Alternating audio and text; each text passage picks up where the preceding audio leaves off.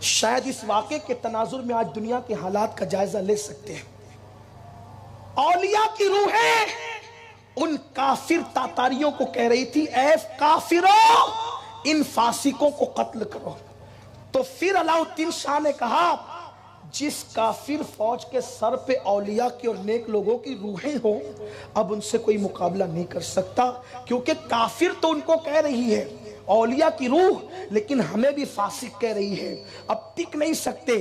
نتیجے میں لاکھوں لوگوں کا قتل عام ہوا اور پھر دریائے دجلہ میں لاکھوں لاشیں بہا دی گئی, مسلمانوں کا خون بہتا رہا. لیکن یہ حالات کب آئے؟ جب مسلمان مالدار عیاش ہو گئے, گانے تماشوں میں ڈوب گئے. آج واویلا کر رہے ہو, یہ ہو رہا ہے, یہ ہو رہا ہے, تم کیا کر رہے ہو, ہم کیا کر رہے ہیں؟ حالات بدلنا ہے, اللہ کی طرف رجوع کرو. غوث پاک فرماتے ہیں ایک خطبے میں انسان دو حالتوں سے خالی نہیں, یا تو وہ اللہ سے قریب ہوگا یا تو وہ اللہ سے دور ہوگا. دو ہی حالتیں انسان کی. غوث پاک کہتے ہیں یا اللہ سے قریب ہوگا یا اللہ سے دور ہوگا. جو اللہ کے قریب ہے اللہ کی امان میں ہے, جو اللہ سے دور ہے اللہ نے امان اٹھا لی ہے. اب فیصلہ آپ کریں, ہم اللہ سے قریب ہے یا دور ہے. فجر کی نماز میں سوتے پڑے ہیں, اللہ سے قریب ہے یا دور ہے. جھوٹ بک رہے ہیں, اللہ سے قریب ہے یا دور ہے. زنا کے اڈوں کو آباد کریں, اللہ سے قریب ہے یا دور ہے. گانے باجو تماشوں میں مبتلا ہے, اللہ سے قریب ہے یا دور ہے. جو اللہ سے قریب ہو جائے اللہ سے قریب ہو جائے, اس کو دعا بھی کرنا نہیں پڑتی, نظریں اٹھتی ہے, انقلاب آتا ہے. میں نے 5 منٹ کی بات کی تھی لیکن بات مکمل کر دوں تاکہ بات ادھوری نہ رہ جائے. ہلاکو مرا کیسے, ہلاکو کی موت کیسے واقع, ظالم مرا کیسے. اس کی عادت تھی وہ مسلمانوں کو قتل کرتا تھا تو ڈرامائی انداز میں قتل کرتا تھا. ہلاکو حالات کے تناظر میں بات کہہ رہا ہوں, سمجھنے کی بات ہے. ڈرامائی انداز میں قتل کرتا تھا ہلاکو مسلمانوں کو, قطار لگا دیتا تھا اور کھیلتا تھا ان سے. اس کے ہاتھ میں سیب تھا, سیب ایسے اچھال رہا تھا اور یوں کیچ کرتا تھا, ایسے اچھالتا تھا یوں لیتا تھا. گھوڑے پہ بیٹھ کے مسلمانوں کی صفیں لگی ہوئی تھی, جلاد کو کہا کاٹ ان کو. جن کی راتیں اللہ رب العزت کی نافرمانی میں اس کی غضب کو چیلنج کرنے میں گزرتی ہے, وہ قومیں اسی طرح کٹتی ہیں, کھیل تماشوں کی طرح. کاٹ ان کو. مورخ لکھتا ہے کہ جلاد آتا اور کیوں کرتے کرتے سب کی گردنیں اڑا دیتا. ایک بڈھے بابا تھے اس میں, اس لیے کہ بعض اللہ والے وہ ہوتے ہیں جو دکھتے نہیں ہیں. اچھا یاد رکھنا, بلکہ اللہ والوں کی شان ہی ہوتی ہے کہ وہ دکھتے نہیں ہیں. غوث پاک کہتے ہیں جیسے تم دلہن کو چھپاتے ہو, قدرت نے ولیوں کو ایسے چھپا رکھا ہے. غیرت کے گھونگھٹ ڈال رکھے ہیں دلہنوں کی طرح ولیوں پر. جیسے دلہن کو پی کے سوا کوئی نہیں دیکھتا, ویسے ولیوں کو یار کے سوا اور کون دیکھتا ہے. اسی لیے کہ اولیائی تحت قبائی, میرے اولیاء میری قبائے غیرت کے نیچے چھپے ہوئے ہیں. اب ان کو اگر دیکھنا ہے تو دلہن کو یا تو یار دیکھے یا تو سخی دیکھے. تو یا تو سخی بن جاؤ یعنی سہیلی بن جاؤ, اور سہیلی کب بنیں گے؟ کونوا مع الصادقین, تب ان کی شانیں نظر آئے گی. تو ایک اللہ والا تھا, پہلی صف میں کھڑا تھا, جلاد آیا کاٹتا کاٹتا گیا, وہ بڈھا بابا پیچھے ہو گیا. ہم سمجھتے ہیں کہ یہ اللہ والا ہے, ہاتھ میں تسبیح ہوگی, کپڑے اچھے ہوں گے. نہیں, اللہ کے اچھے کپڑے میں بھی اللہ والے ہوتے ہیں, اس میں کوئی آپ ٹینشن نہ لیں. لیکن حضور نے جو نشانی بتائی وہ ایک یہ بھی ہے, مر جائے تو کوئی جنازے میں نہ جائے, بیمار پڑے کوئی عیادت کے لیے نہ جائیں, محفل میں آئے تو بھگا دیے جائیں, دھکے مار کے قریب آئے تو دور کر دیے جائیں. شان یہ کسی بات پہ قسم کھا لے تو اللہ ان کی قسم کو پورا کر دیتا ہے. پھٹے پرانے لباس, بکھرے بال, اس لیے ہر ننگے دھڑنگے کو لوگ ولی بھی مان لیتے ہیں, کیونکہ یہ چیز لوگ دیکھتے ہیں. مگر یاد رکھنا, ہر ننگا دھڑنگا پاگل ولی نہیں ہوتا. ولی تو بڑا دانا ہوتا ہے, وہ بہلول دانا, وہ خواجہ دانا, وہاں تو دانائی ہوتی ہے, دانائی قدموں میں ہوتی ہے. تو اللہ والا وہ بڈھا بابا بزرگ پیچھے ہو گیا. پھر دوسری صف کی باری آئی, اس نے پھر سیب کو یوں کیا, کہا مار ان کو. پھر وہ کرتے کرتے سب کو کر, دوسری صف سے وہ تیسری میں چلا گیا, پیچھے جاتا رہا. 7 صفوں تک یا 3 صفوں تک مورخ اپنے اپنے انداز کی آرا بیان کرتے ہیں۔ 7ویں صف میں گیا تو جلاد کو اس نے اشارہ کیا کہ اب اس کو مت قتل کرنا۔ 7ویں صف بھی قتل کر دی۔ اب وہ بڈھا بابا اکیلا بچا۔ ہلاکو نے کہا پہلی سے دوسری میں گیا، دوسری سے تیسری میں گیا، تیسری سے چوتھی میں گیا، اب بتا، اب تو اکیلا بچا ہے، تجھے بچائے گا کون؟ حکمراں ظالم تھا، زبان کھولنے کی اجازت نہ تھی۔ یہ دستور زباں بندی ہے کیسا تیری محفل میں، یہاں تو بات کرنے کو ترستی ہے زباں میری۔ لوگ زبانوں پر تو پابندیاں لگا سکتے ہیں، دل کے جذبات پہ پابندیاں نہیں لگا سکتے۔ اور مسلمانوں کا اللہ وہ ہے جو صرف زبانوں کی نہیں سنتا، دل کے خیالات کو بھی جانتا ہے، علیم بذات الصدور ہے۔ جب ظالم حکمراں ہلاکو نے کہا اب کہاں بچ کر جائے گا بڈھے بابا، اس کی نظریں سوالیہ آسمان کی طرف اٹھ گئی، نظریں اٹھی اور دیکھتا ہی رہا۔ اور ہلاکو نے پھر سیب اچھال کر کے اشارہ کیا، اس پر بھی چلا۔ جیسے اس پر چلا کہہ کے سیب اس نے اچھالا، سیب تھوڑا دور کی طرف گیا اور اس نے یوں اپنے آپ کو کیا تو اس کا پیر گھوڑے کی رکاب میں پھنس گیا۔ ابھی جلاد اس بابا کو قتل نہیں کیا تھا، اس کا پیر رکاب میں پھنس گیا اور یوں بات نہ چاہتے ہوئے بھی ہل گئی۔ گھوڑا دوڑنے لگا، وہ گر پڑا اور پیر اس میں اٹکا رہا، اس کا سر زمین پہ پٹکتے ہوئے بار بار پٹکتے ہوئے گھوڑے نے آخر اس کو ہلاکو کو ہلاک کر دیا۔ کسی کی بددعا نے نہیں، ایک اللہ والے کی صرف نگاہ اٹھی تھی تو وہ ہلاک ہو گیا۔ یہ اللہ والوں کی شان ہے، جو اللہ سے قریب ہو جاتے ہیں ان کی شان ہے۔ ہلاکو مرا، پھر تگودار خان کا دور آیا جو اس کا بیٹا تھا، اور پھر وہ مسلمان ہوا۔ کس پر؟ تقریریں سن کر نہیں۔ اقبال بڑا اپدیشک ہے، من باتوں میں موہ لیتا ہے، گفتار کا غازی بن تو گیا، کردار کا غازی بن نہ سکا۔ 2 گھنٹے تقریر کر کے آواز بٹھا لی جاتی ہے لیکن انقلاب نہیں آتا۔ تگودار خان ہلاکو کا بیٹا، تاتاریوں کا ہیرو، مسلمان کیسے ہوا؟ صرف اللہ کے ولی کے جملے پر۔ ہائے ہائے، ہم تو یہ ہیں انا کے بت بن کر کے بیٹھے ہیں، جو میں سر بسجدہ ہوا کبھی تو زمین سے آنے لگی صدا، تیرا دل تو ہے صنم آشنا، تجھے کیا ملے گا نماز میں؟ نہ تو عشق میں رہی گرمیاں، نہ تو حسن میں رہی شوقیاں، نہ تو غزنوی میں تڑپ رہی، نہ تو خم ہے زلف ایاز میں۔ اللہ اکبر، کیا ہوا؟ تگودار خان مسلمان کیسے ہوا؟ ایک اللہ کے ولی تھے، غوث پاک کی اولاد میں سے تھے۔ تگودار خان انہیں بہانے سے قتل کرنا چاہتا تھا، جنگ سے واپس جا رہا تھا، اس نے کہا اے مسلمانوں کے بزرگ، یہ بتا میرے کتے کی دم اچھی ہے یا تیری داڑھی کے بال اچھے ہیں؟ غوث پاک کا شہزادہ تھا، جواب دیا تیرا کتا تجھ سے وفا کرتا ہے، اگر میں اپنے اللہ کا وفادار ہو کر ایمان پہ گیا تو میری داڑھی تیرے کتے کی دم سے اچھی، اور اگر میں ایمان پہ نہ گیا، خدا کے ساتھ وفا نہ کر سکا تو میری داڑھی سے تیرے کتے کی دم اچھی۔ وفا نہ کر سکا تو کتے کی دم اچھی، وفا کر گیا، ایمان پہ گیا تو میری داڑھی اچھی۔ ایک جملے نے اس کی زندگی بدل دی۔ مسلمان کی شان کی گفتگو کرتے ہیں اور تگودار خان صرف اس ایک جملے پر مسلمان ہو گیا۔ اس لیے سنیوں، کردار کی طرف آؤ، اللہ کی طرف رجوع کرو، توبہ کرو، استغفار کرو، اور اپنے مسائل کا حل کہیں نہیں ہے، اپنے مسائل کا حل اللہ کی بارگاہ میں ہے۔ اپنے دن اچھے کرنا ہے تو اپنی راتیں اچھی کر لو، راتوں کو اٹھ کر کے صرف 2 قطرے بھی رونے کی عادت بنا لو، نئی لمبی لمبی نمازیں تو 2 رکعت فجر سے پہلے پڑھنے کی عادت بنا لو، زندگی میں انقلاب آئے گا، زندگی بدلے گی۔ اور سنی دعوت اسلامی سے قریب آؤ، اپنا رشتہ بڑھاؤ۔ یہ تحریک اوٹ اور نوٹ کی تحریک نہیں، یہ تحریک حضور علیہ السلام کے قدموں کے قریب کرنے کی تحریک ہے، بھٹکے ہوئے آہو کو پھر سوئے حرم لے چل کی تحریک ہے۔